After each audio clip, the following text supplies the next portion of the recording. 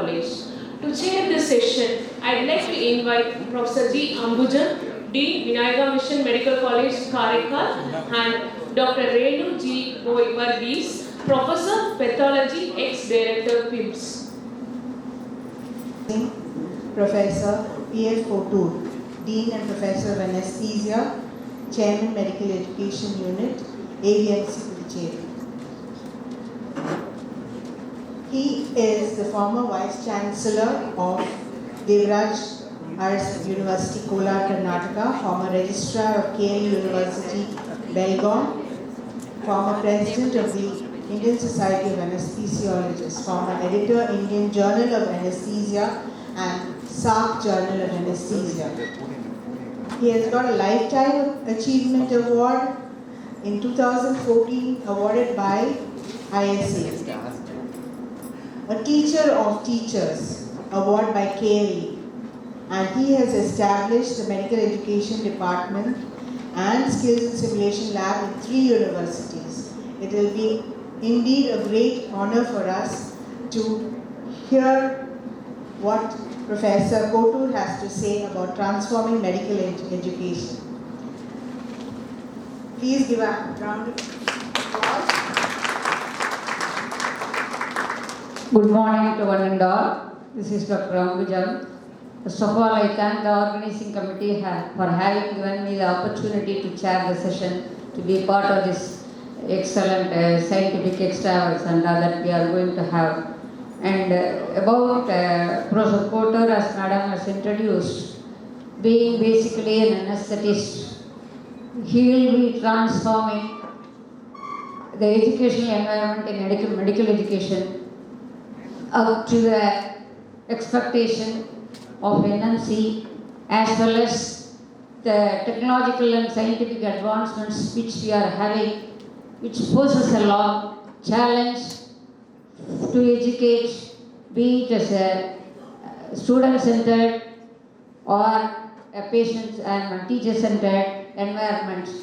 For this challenge, being an anesthetist, Sir will be taking us through how we have to train the present generation, making them to know about the past and to fit in with the present technological and scientific advancements, to update, to accommodate themselves and to prepare them for the future. The environment is our problem to create, but the usage is for them to adhere to whether to skill-based or evidence-based.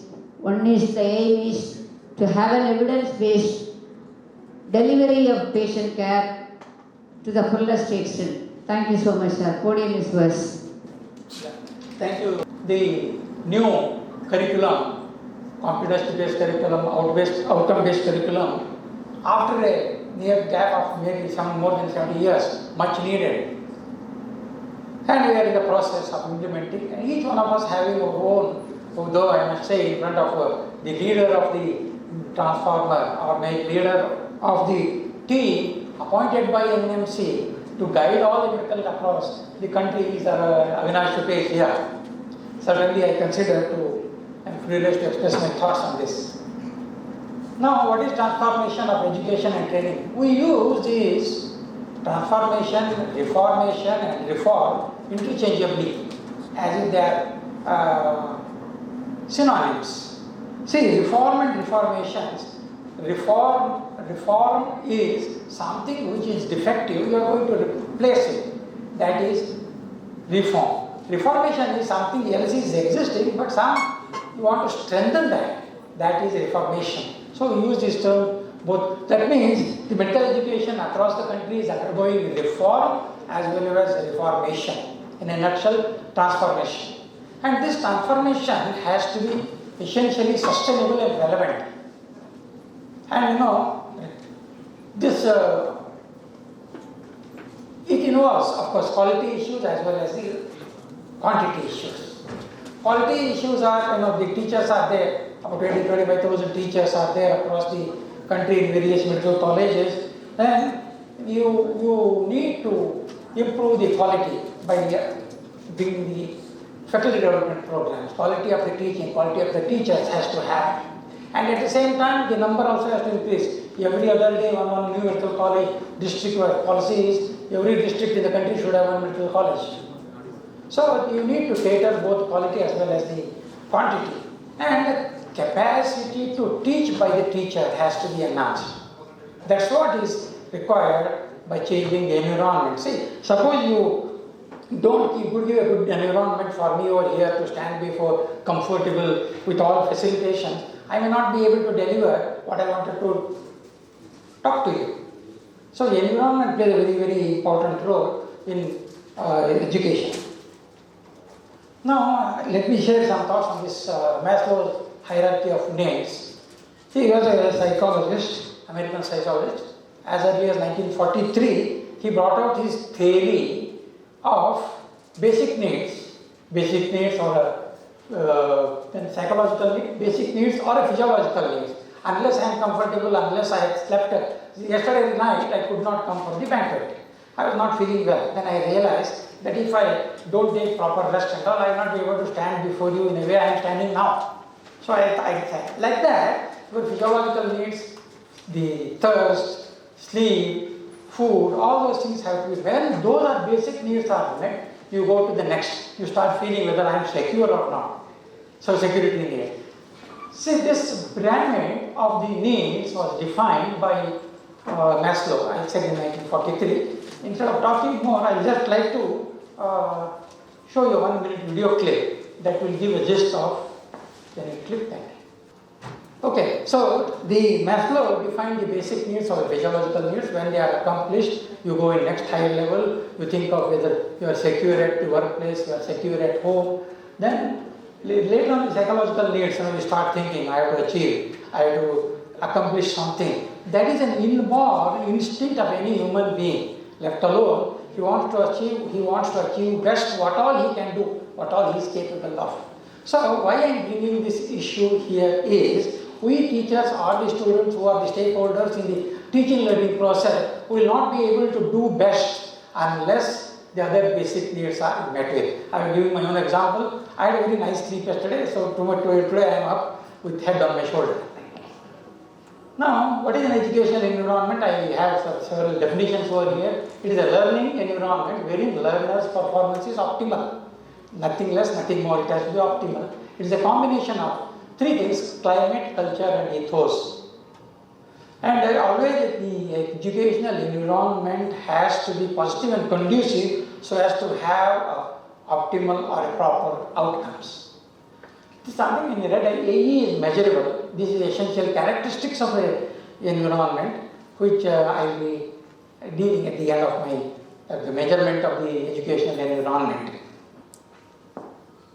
See, the medical education environment is daunting. See, even though many of the people have tried to define, the regulating agency have defined, it is still a vague thing. We can't explicitly express what is an environment, what is a good environment. It is a lot of subjectivity comes in. But the outcomes of an optimal environment is very, very precise. If the environment is good, outcome is, unlike its own definition, the outcome of that will be quite precise and good, you can define it. And of course, the education environment, various professional educations is different. Medical education has got an extra wing of a clinical teaching, so that makes it furthermore complex. They have got its unique characteristics, peculiar, distinctive complexities. We all must understand. See, this is another definition. The education is the learners, all the stakeholders, related learners, settings of teaching, learning, and the purpose of learning. All these things are considered related to learning in the educational environment. That's why I said it's a little vague definition.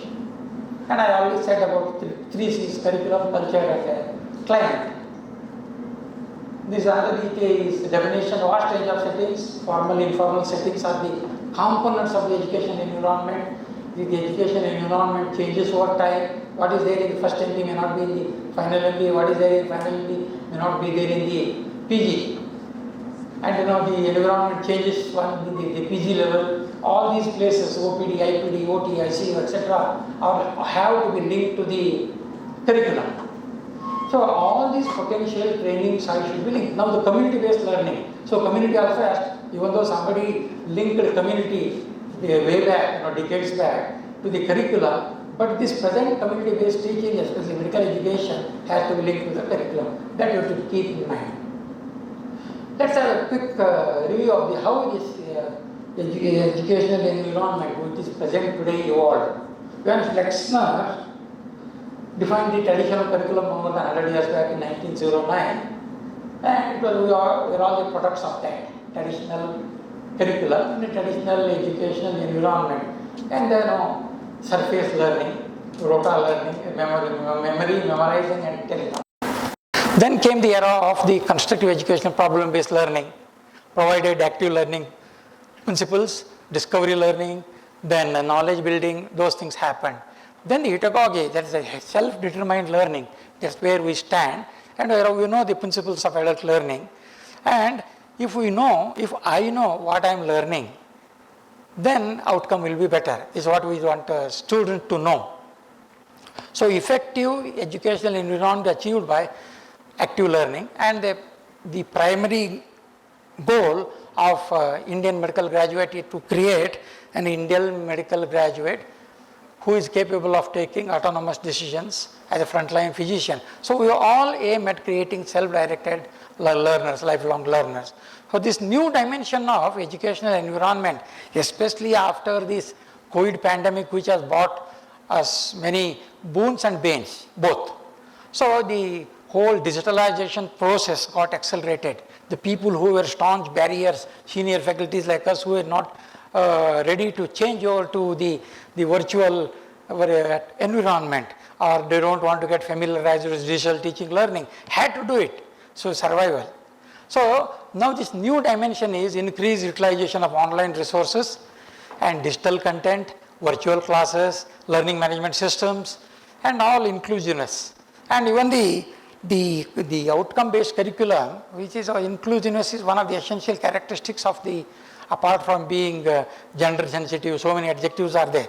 The relevant for this talk is the inclusiveness. And I said about this changed educational environment by virtualization has facilitated globalization. Globalization, the doctor produced here will be able to function in an optimal way, effective way, anywhere across the globe. To prepare such a global doctor, institutions have to undergo internationalization. Internationalization is engine of globalization. So AVMC is undergoing internationalization in many fronts. Last slide will be what we are doing in our institute. See, this Association of Medical Educationists in Europe, AME guides, you are all familiar, number 1, 2, 10, 20, like that. It has defined educational environment as important determinant of a student's behavior, as it is perceived by the student, and the perception of the environment determines the behavior. This is a very important statement. How I perceive this environment, accordingly I will change my behavior. That's what students, if are exposed to a proper educational environment, they will have a correct behavior. And ultimately, students have to have satisfaction, success and achievements. And the measurement of the climate, another slide which I had projected, it can be measured, and measurement requires the environment to be divided into sub-components. What are the factors affecting? You are all quite familiar with this. Roles and responsibility of the teachers, roles of the students, various type of students, various type of teachers, committed teachers, dedicated teachers, non-committed teachers. We are all quite familiar with that. And curricular content strategies also determine the environment. And the assessment strategies, the assessment strategy by the VMRF is transparent, valid. That kind of a thing will have a lot of bearing on the environment. And administrative and infrastructure issues, proactive management, which will facilitate this creation of an optimal environment. And the learning rooms and the effect of all classrooms, I remember when we used to sit in 1970 in our undergraduate class, basic needs. Now, we sit in a which is fully loaded, when you buy a new, fully loaded, all audiovisual aids, AC, reclining chair, that kind of a thing. Now this is the perspective. NAC, we are all quite familiar. Quality, quality and quality. So quality is very much essential to have an effective educational environment. And NMC, I already mentioned about that, environment appropriate curriculum, apart from being student centric, patient centric, gender sensitive, environment appropriate curriculum. So the students, if you don't provide a proper educational environment, he will have burned out, bored, and in the class they will be physically sitting, mentally he will be doing something. This is all we see day in, day out. So students' well-being can be enhanced by altering the educational environment, providing all the basic needs, more advanced needs, so he will grasp better, learn better, and at the same time teacher also will be teaching better. This is one concept, academics, I said self-actualization, the pyramid of Maslow's, the peak of the Maslow's pyramid, self-visualization of own activity. Say, adult, what I want to learn, what I want to achieve, that realization has to be there. They are all adult learners. So this academic self-concept and actualization can be effected positively by the educational environment. So this is why I say educational climate is the soul and spirit of a medical college environment and curriculum, because learners' experience of educational climate is related to their achievement. So many of my students got ranks, so many of my students got medals. That is because the environment, good teaching environment we have provided. These are the 6 domains influencing the educational environment. I already dealt with them, teachers, students, then contents, then the culture, these all things. I already said that the educational environment has to be always conducive, and where the students should feel safe and secure. Teacher should feel safe and secure. Then only that will be. So now coming to this point, little bit, appropriate educational environment creates intrinsic motivation. It works better with the adults. There is no role for external motivation. We all know that. So if the educational environment is conducive and positive, and it creates intrinsic motivation to learn deep learning. And of course the curriculum has to be altered depending upon the diversity of the students to which it caters. And of course the educational content, of course, it has to be interesting, creative. Sometimes we say anesthesiology is a very dry subject. But still, you have to, it has got its own syllabus, it has got curriculum, you have to make it more. It is a duty of the teacher. The roles of the teacher, way back hard and defined in 1984, 12 roles of a teacher, not only to be information provider, he has to have so many other attributes. He has to be a role model, he has to be an assessor. Like that, these all roles of a 12 roles of a teacher will play a role in the creating an optimal educational environment. See, I already mentioned about the assessment strategies have to be persistent, valid, transparent, feedback, quality of feedback, the formative feedback from time to time, positive feedback. All these things will add on for enhancing the environment. And these are some of the classroom assessment strategies. This Socrative software, many of this that you go to www.socrative.com, wherein you can have your own, in a quick matter of time, you can have your the quizzes or MCQs. So all these things instantaneously, in a formative way, you can assess the students, you can assess the pulse of the student, then modify your teaching. So these are the newer things which you can certainly. I remember, this PM I had brought clickers they had to distribute all the clickers to the students, ask questions, immediately they click, the result used to come. It is over and above that. Then the role of the teacher and a learner support. Teacher has to be non-authoritative. Many times we teachers, to be honest, behave authoritative way. And of course, sometimes you have to talk a different language to different students.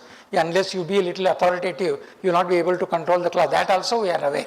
But overall, one thing you have to keep in the back of the mind is authoritatively, if you try to do anything, no, you have to win the student, win the heart of the student, then you will be able to learn.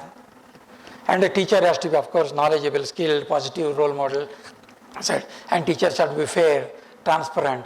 And we're all, the objective assessments, to drive away the subjective assessment. Well, overall, in order to have the student to grow professionally, you have to have a democratic, warm relationship. Learn to respect the students. See, the instructional environment, the scaffolding we give, when to give scaffolding. When the students start becoming independent and start learning, you have to slowly wean off the scaffold. Then only the learning will take place. I will call it as a spoon feeding. Spoon feeding doesn't work. Then, of course, ultimately you are promoting self-directed learning. So the stress-free, non-threatening climate brings out best. I have already said that. And mentoring is another kind of a tool, mentor-mentee relationship, which is in where vertical mentorship, horizontal, all kinds of things we do. And that plays a very important parent-teacher meetings. All these things will help to enhance, strengthen, or make the environment conducive. And we have the special support for slow learners, NACs, special needs of the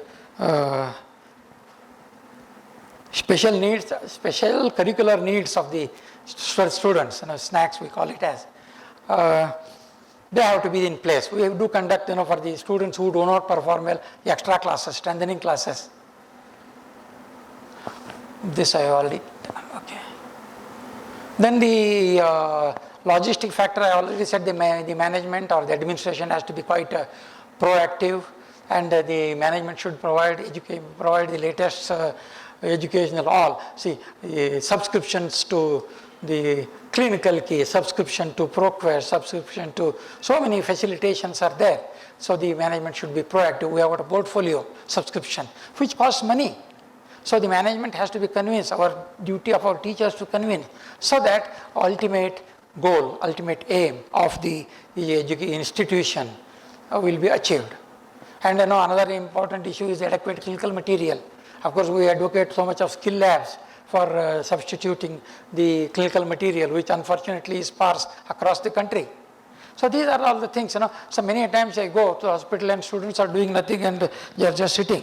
And we start scolding them. What you are doing, what you are not. Their patients are not there, what they are supposed to do. So you can't expect them to sit there, take the book and read. This is a fact. We all must agree. So we have to have measures to enhance the clinical material. This is what I want to say. And so motivating and encouraging the administrators is very, very important. Okay, other than that, enough emphasis has to have co and extracurricular activities. That they also contribute a lot for the educational environment. So this is in diagrammatic way, emotional factors, physical factors, and they maximize the educational environment. Now, one thing is creation of appropriate environment for the teachers is many a times I use the word neglected. Dr. Vishnu Bhatt wants every teacher to produce, yesterday I was telling, two papers per year. Have you provided the optimal environment for the teachers? This is a question we have to ask. As head of the institution, I have to ask. Has everybody got in a place like Pondicherry AC rooms? No. So these are some things we have to introspect and come to a conclusion. And these needs will become very much important when you are expecting more from the faculty. Now the final MBBS to clinical, third and fourth, they are stepped down into the competence-based curriculum. A lot of convert the specific learning objective into the teaching method, those kind of exercise we are expecting. But have we provided the educational environment for the teacher? Our Honorable Vice Chancellor is here, he is looking at me. So this is a thing. Now I projected that educational environment has to be measurable. Then why you want to measure? These are the things, improved students' performance, higher staff moral strength of the staff members is increased, motivation happens, internal motivation happens. These all things I have already said. Quality of teaching increases. Then after answering why you want to measure, then how you will measure? measuring tools. There is an exhaustive list of measuring tools. Only one or two I said. Various tools have been developed, are available on the net to enable the analysis of the medical colleges, analysis of the teaching that is going on in various colleges. We are all quite familiar with some of the parameters, NAC criteria, NIRF criteria, there will be overlap. And suitable and valid tools for different settings have been identified. One example, this Dundee, Ready, Reckoner, Dream, FEAM, so many are there. It has what I said, the environment has to be divided into various sub-components to have an assessment. Students' perspectives, then the teachers' perspectives, like that, various components are there. You can, if anybody who is interested can indulge in that. Now, what NMC has facilitated for optimizing the educational environment, apart from those 3 volumes, volume 1, 2, 3 for competency, undergraduate competency-based medical education, there are about 15 supplements, brochures, booklets, very valuable ones. Each one of is aimed at improving the education environment. There is one about skill, there is one about ATCOM, there is one about ethics. A lot of work has been done. I must compliment the team led by Professor Ravina. She is very well over here. That wonderful work. If you spend time on that, each one will contribute for the optimization of the educational environment and final achievement. Now, I think this is my last slide. AVMC efforts in improving the educational, our experience. We work on annual calendar of events, all the activities we chart out and work. That's one. And capacity building activities both in academics and research are going on by our vibrant medical education unit and the research unit. And we have established state-of-art these requirements, MU and skill lab. And aggressive promotion of research. I am using a word very calculatedly, aggressive promotion of research at all levels, UG level, PG level and the staff level. That's what is happening. And I mentioned about the extracurricular activities, the creation of inter-outdoor sports complex. It's very good. I really feel that our resource person should have visited our institution. And improved hostel facilities, food. These are all the efforts. Those are being put by the administration of Puducherry Medical College to create an optimal educational environment so that the final product coming out of our institution, our VMRF, AVMC, will be the one real global citizen. So the journey continues. It is not ending here, it has to continue. Key area is the quality of medical education at par global standards. There are changing needs of the community, ever-changing needs of the community has to be catered to by ever-changing standards of globalization and internalization of medical education. So thank you very much for giving me a patient hearing and to share some of my thoughts. I think well in time I finished. Yes, sir. Thank you very much, sir, for finishing on time. But you almost covered all the points of educational environment for the teachers, for the learning students, and also for the, you have dragged everyone, starting from Honorable Vice Chancellor to Vishnu Bhatt, sir, for the research opportunities and the challenges. But one point is, whatever is provided, that satisfaction has to come, the self-concept has to come to the students, and the environment that has been provided, is it fully utilized? Then to ask for the rest. We are facing lot of challenges to provide an excellent and apt environment for the students, be it student-centered or teacher-centered. But the output should be for the patient benefit, whether it is research converted to innovation and implementation to the patients. And I request any audience to suggest there are stalwarts, the front rows, to give some inputs, because we have got few more minutes to.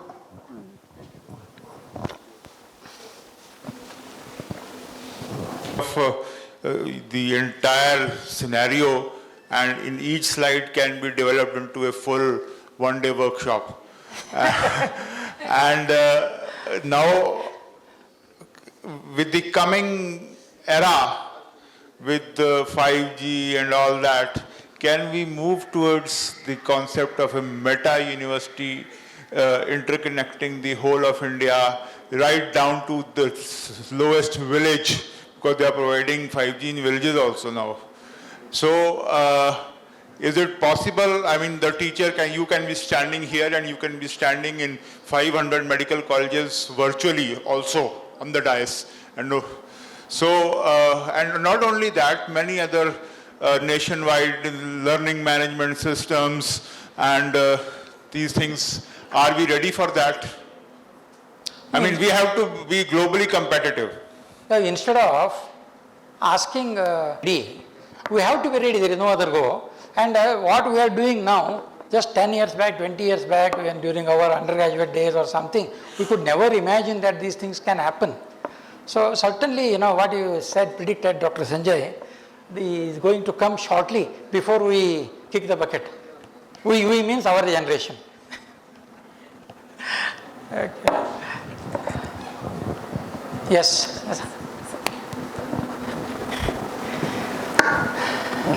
Sir, with all our advancements in the medical education technology, I observe that if I compare my professors with the current generation, like the kind of doctors that are coming out, I feel they were really, their clinical acumen was really very good as compared to the quality of the current doctors, who rely very much on the investigations. Can you please comment on those? I certainly agree with you. Quality of the doctor, those are being produced, is going down day by day. We quote that one of the reasons for new curriculum. That's a thing, that has been 100% correct. And no lunch is free. See, we are gaining so much advances, knowledge, this, everything at the cost of something. Clinical acumen of present. My professor, how he used to diagnose with the help of a stethoscope mid-diastolic murmur, neither me or even my students are not able to do that. Instead, I was a cardiac anesthetist and I was a very staunch anesthetist, pre-anesthetic checkup and all. Our cardiac surgeons, with due regards to all of them, they behave as if they have descended from heaven to enlighten all the people below. These patients seen by me, posted for mitral valve replacement. Then I said, what nonsense? Seen by me means what? That kind of a thing happens. He was not bad person. He's a good friend of mine today also. But the time is not. So best thing is seen by me. He has seen echo. He has seen the patient and posted. And many times we have opened a patient who I posted for mitral valve replacement, didn't have anything, had normal mitral valve, he had a aortic valve defective. These things also we hear. What you said is 100% correct, and it is quite essential for all of us to be aware, to give a due weightage for. That's why our medical education environment has got a special wing of a clinical teaching, wherein we teachers have to give due weightage for all these things, not at the cost of the other advancements. Yes. Sir, to answer his question to a part of it, our teachers and our they are experience, evidence-based, knowledge-backed exposition of clinical material to have a decision-making, prompt and incident in his decision-making. That is a success which all of us are inheriting. That is lacking because of all this modernization. Because you cannot replace clinical examination in any way. That the sense of touch, that has to be kept in mind. That is why teachers has to be respected. The attitude of the teacher, the knowledge has to be imbibed by the students. That means a lot. I think I made my point clear. Shall we have views of the doyens who are sitting here in front? Professor Avinash, Professor Seturaman sir, on this. Any response for the question raised by one of the audience? Your good name, sir? Manjunath, okay, sir. You mean regarding quality of clinical, doctors, yeah. Clinical acumen? Yeah, clinical acumen quality has gone down because people believe that laboratory will give the diagnosis. No, you go to DM examination. In undergraduate, we have to tell 7 things in cardiac diagnosis. Otherwise, they get lower marks. But in DM exam, say this fellow has got a heart disease, rest I will depend on investigations that the examiner has to provide. So that's all they say, and that is totally accepted. Because they say there is a limitation of sensitivity, specificity of stethoscope, which is true, but it doesn't mean we totally ignore that. But unfortunately, it has happened. And so we have to, as teachers, we should have, I have 4 or 5 stories, where things have gone wrong because people didn't examine. Even now, if you see that clinical problem solving, which is released by New England Journal on first Thursday of every month, there is a lesson in the CPS, clinical problem solving exercise, where the problem is in 7 stages and analyzed by an expert in the thing. And usually nowadays what they put is in the communication skill initially or in the clinical examination, some vital aspect is missed. So they go round and round with a lot of unnecessary investigation and a lot of, even the latest case, Whipple's disease. You see the amount of, that is the one released in December, first week. And the amount of American investigations and treatment that has been done unnecessarily, and the patient is given steroid and worsens, and then later in the end, Whipple is diagnosed, which could have been done with a proper clinical examination. I'm sure Avinash Supe would have suspected it in the outpatient. Okay, he's an experienced surgeon, and I'm sure he has seen Whipple's. So this is what happens. Thank you, So sir. they keep showing this lesson, not to just read and forget. We have to go in, when we take a class on this surgical problems, we have to say infection is a cause and don't give steroid in such cases, investigate and all that. So there is a lesson which we have to carry. So transformation, now re-transformation, sometimes we have to go back in history. I have diagnosed in cardiology in JIPMER double outflow right ventricle with pulmonary stenosis VST, just on stethoscope clinical exam. Now also Dr. Balachandran keeps telling students, this guy used to teach us how to examine cardiac case. But the thing is, if you teach also, I tried it in Mahatma Gandhi, but no student attended my class. They thought waste of time is still talking about a stethoscope. So that is the attitude of students. So both are responsible. So your solution, what you suggested is, after transformation, you have to go into retransformation. I think Professor Avinash has got some answer for this. No. I think what sir is very true. I think we have to understand there is a term called hyposcilia. Yes. We are creating at the cost of quantity, we are creating hyposcilic kind of individuals. Now this is a concern that the kind of output we are having, we are passing people every way, but we are kind of output we are bringing is not all that skilled. So we need to go back and we need to, as he rightly said, retransform. We need to see the importance of all this back into our also work so that they understand this. So I think we need to work on all these aspects. Digital, everything is good. I'm not saying we have to embrace it, but don't forget your old also. Okay, sir. Thank you very much. Wonderful interaction. So thank you for your wonderful talk, which has covered various aspects, and I'm sure all of us have benefited from this. Thank you. Thank you, sir. Now I'd like to request the chairpersons, Professor G. Ambujam ma'am and Dr. Renu G. Boy Varghese, to present the memento to the resource person, Professor P.F. Kotur, sir.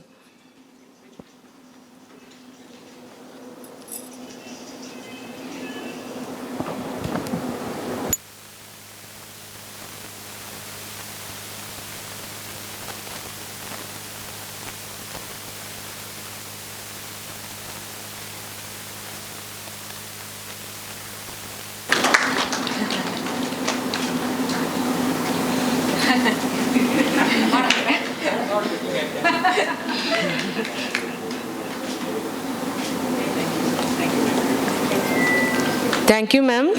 I am from a former rival institute, no? They are both my rivals, according to my chairman. But I am well-wisher. I used to go to both places. Doubly happy because they got A+ in the first cycle of NAC accreditation. And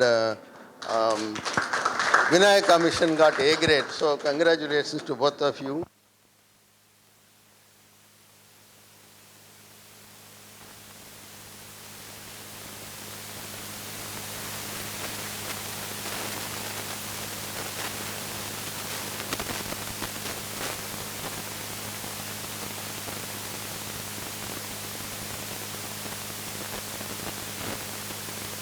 Thank you, ma'ams.